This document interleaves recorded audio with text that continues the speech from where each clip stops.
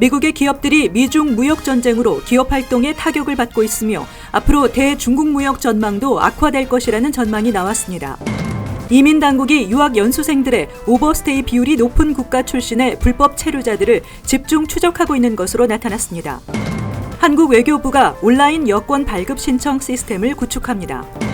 뉴저지주에서 심각한 정신질환을 앓고 있는 환자의 경우 가족이 법원에 소유하고 있는 총기를 압류해달라고 청원할 수 있게 됐습니다. 뉴저지 팰리세이드 파기 일부 구간에서 실시되던 감시 카메라를 이용한 무인 주차 단속을 중단했습니다.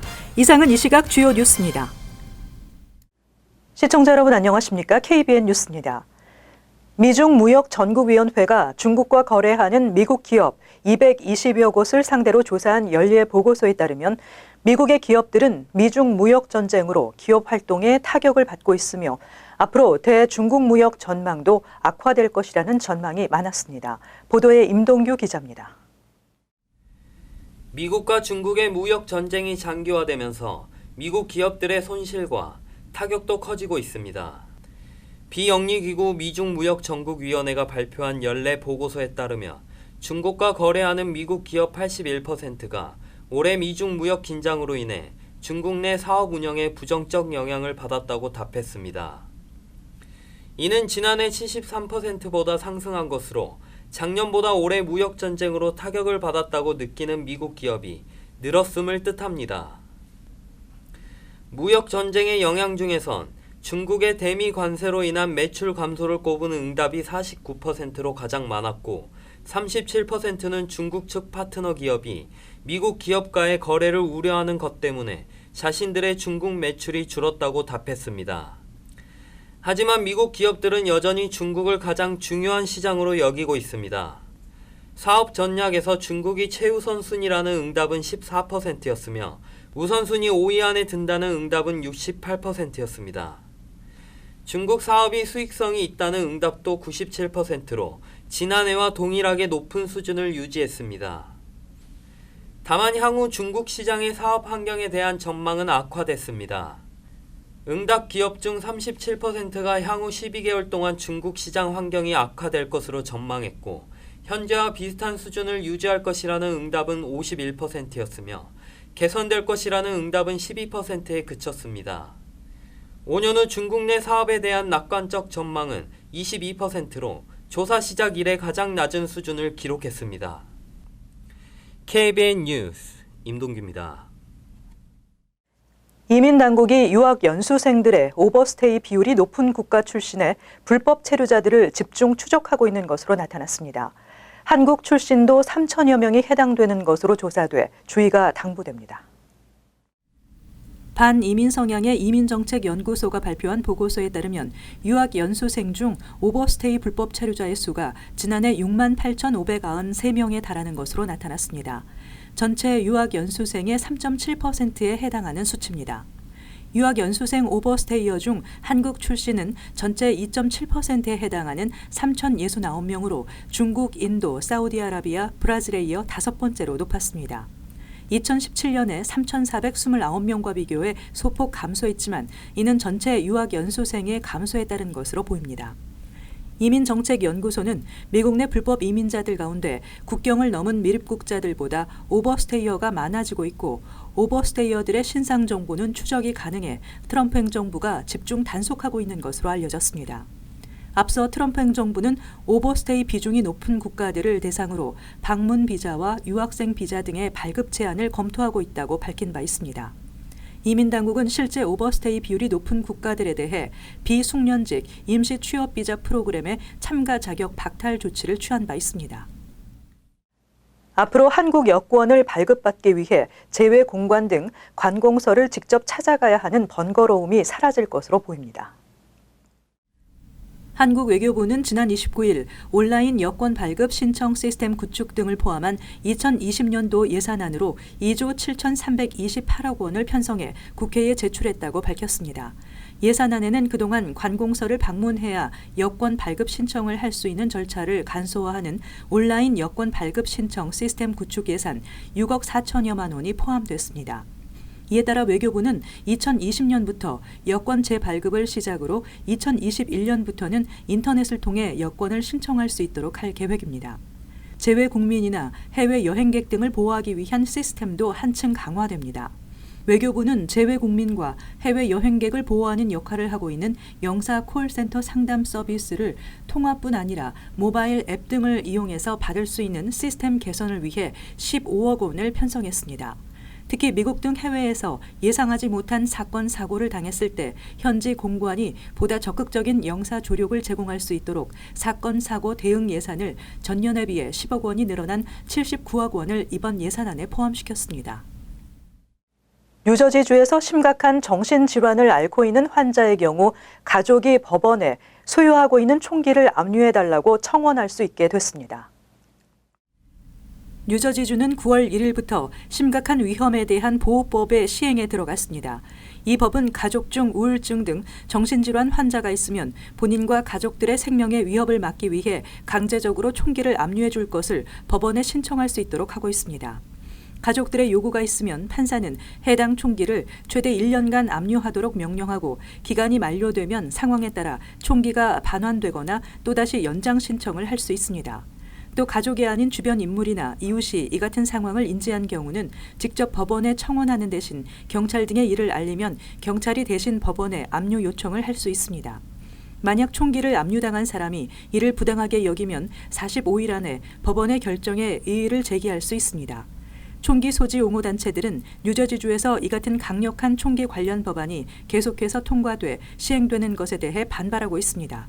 전문가들에 따르면 뉴저지주의 총기 규제는 전국에서 캘리포니아주 다음으로 강력한 것으로 알려지고 있습니다.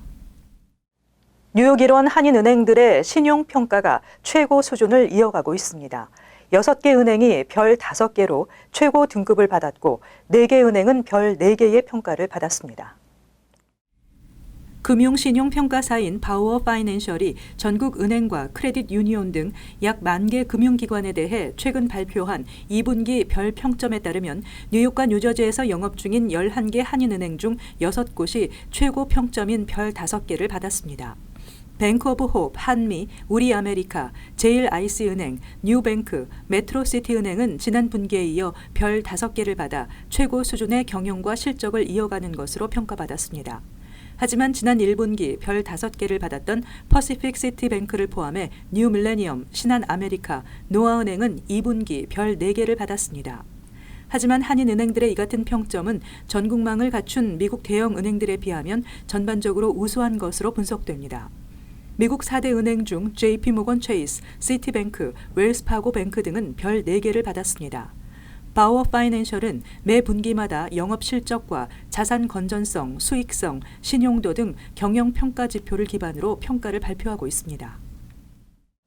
뉴저지 팰리세이드 파크의 일부 구간에서 실시되던 감시 카메라를 이용한 무인 주차 단속이 중단됩니다.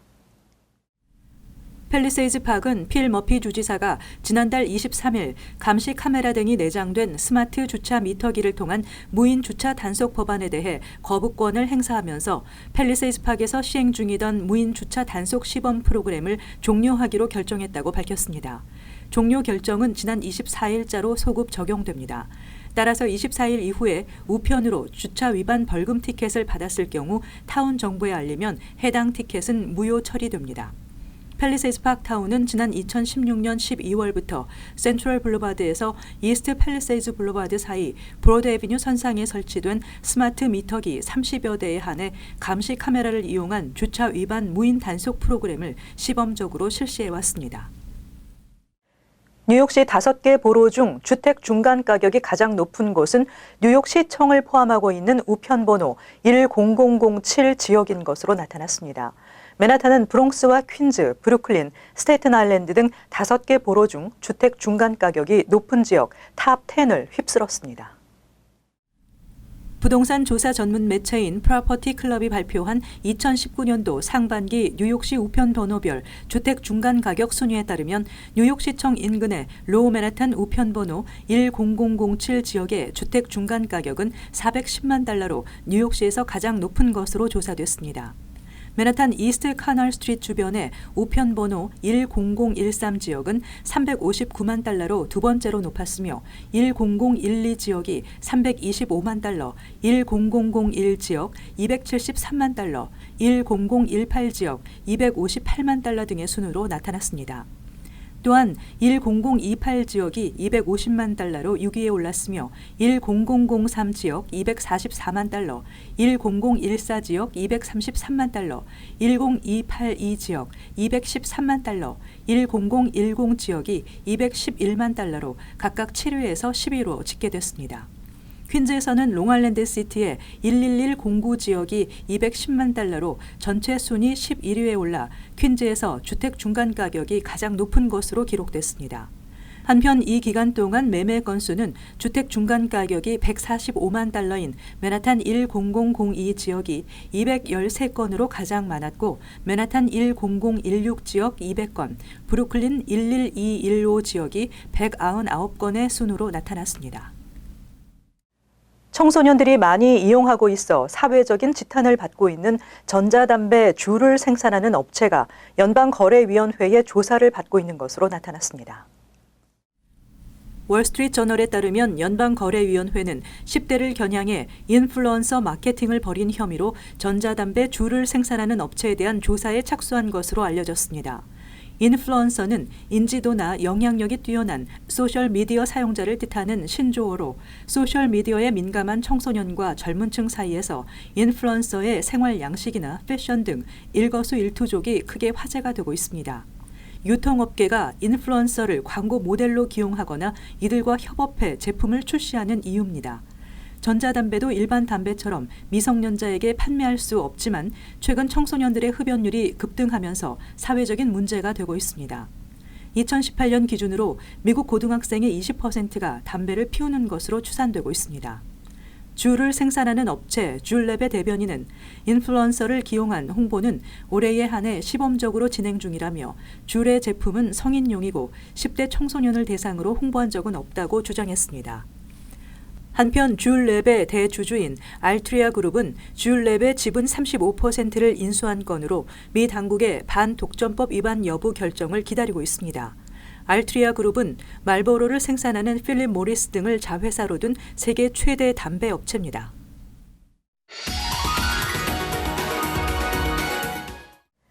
이어서 LA 지역 한인사회 소식입니다.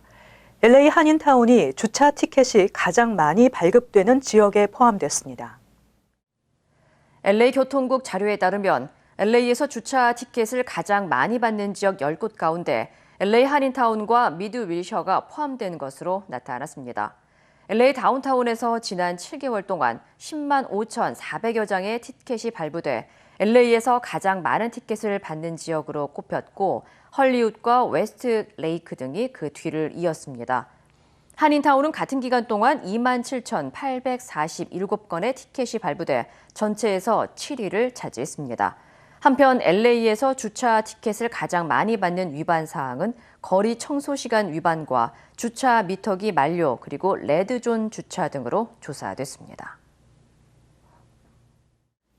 빨간불 신호를 무시하고 달리는 차량에 치여 숨진 사망자 수가 10년 만에 최고치를 기록했습니다. 전미자동차협회에 따르면 지난 2017년 신호를 무시하고 달리는 차량에 치여 숨진 사망자 수는 939명에 달하며 이는 지난 2008년 이후 최고 수치인 것으로 나타났습니다. 이는 신호 무시 차량에 치여 매일 2명이 숨지는 꼴입니다. 이에 대해 협회 측은 당국은 단속 카메라를 설치해 빨간 신호에 달리는 차량 단속을 강화하고 운전자는 교차로에서 항상 신호 변화에 대비해야 한다고 강조했습니다. 또 보행자와 자전거 운전자 역시 횡단보도를 건너기 전 정지한 뒤 차량 유무를 살필 것을 당부했습니다. 이어서 간추린 소식입니다. 재무부는 성명을 통해 대만인 2명과 중국 해운사 3곳이 북한이 제재를 회피하도록 도운 것을 확인했다며 이들에 대해 제재를 부과했다고 밝혔습니다. 재무부는 이들 2명이 해상에서 선박 간 환적 방식으로 170만 리터 상당의 석유 제품을 북한 선박으로 수송했다며 이들은 이번에 제재 대상이 된 중국 해운사 3곳에 대한 지분을 보유하고 있다고 설명했습니다. 뉴욕주에서 가정폭력 피해자들이 급하게 이사할 경우 인터넷과 전화, 케이블 등의 비싼 위약금을 물지 않아도 됩니다. 쿠오모 주지사의 서명으로 시행에 들어간 법안은 가정폭력으로 피해를 받아 법원으로부터 보호 명령을 받은 자를 대상으로 합니다. 쿠오모 주지사는 가정폭력으로 인해 고통받고 있는 피해자들이 위약금까지 신경 써야 하는 스트레스까지 받고 있는 실정이라며 법안 서명 이유를 밝혔습니다. 퀸즈 YWCA가 빌딩 보수 기금 모금 행사의 첫 기부자로 초대 사무총장을 역임한 홍인숙 씨가 $10,000를 기부해 기금 모금의 시작을 알렸습니다. 플러싱 팔슨스 블루바드 선상에 있는 YWCA 빌딩은 지난 1993년에 준공 이후 20년 넘게 대대적인 보수 공사 없이 사용해 시설 노후화와 고장으로 인해 원활한 운영에 어려움을 겪고 있는 상황입니다. 기금 모금에 관심 있는 사람은 빌딩 로비에 마련된 저금통을 수령한 후 채워서 기부하면 됩니다. 뉴욕 한인 봉사센터 KCS 공공보건부가 4일 오전 9시부터 오후 4시까지 퀸즈 베이사이드에 위치한 KCS 커뮤니티 센터에서 한인 여성들을 위한 무료 유방암 검진 행사를 개최합니다. 대상은 유방암 검진을 받은 지 1년이 지난 뉴욕시 거주 40세에서 79세 무보험자 여성이며 참가를 위해서는 사전 예약이 요구되며 검진 당일 신분증을 필히 지참해야 합니다. 계속해서 환율과 증권 소식입니다.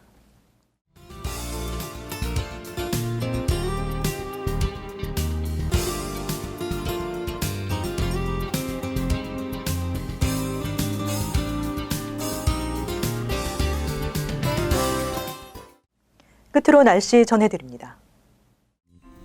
화요일 곳에 따라 맑고 습도가 있겠습니다. 낮 최고 기온 84도, 섭씨 영상 29도, 밤 최저 기온 70도, 섭씨 영상 21도 예상됩니다. 수요일 대체로 맑겠으나 한때 소나기가 예상됩니다. 목요일 대체로 맑겠습니다. 이상으로 KBN 뉴스를 마칩니다. 시청해주신 여러분 고맙습니다.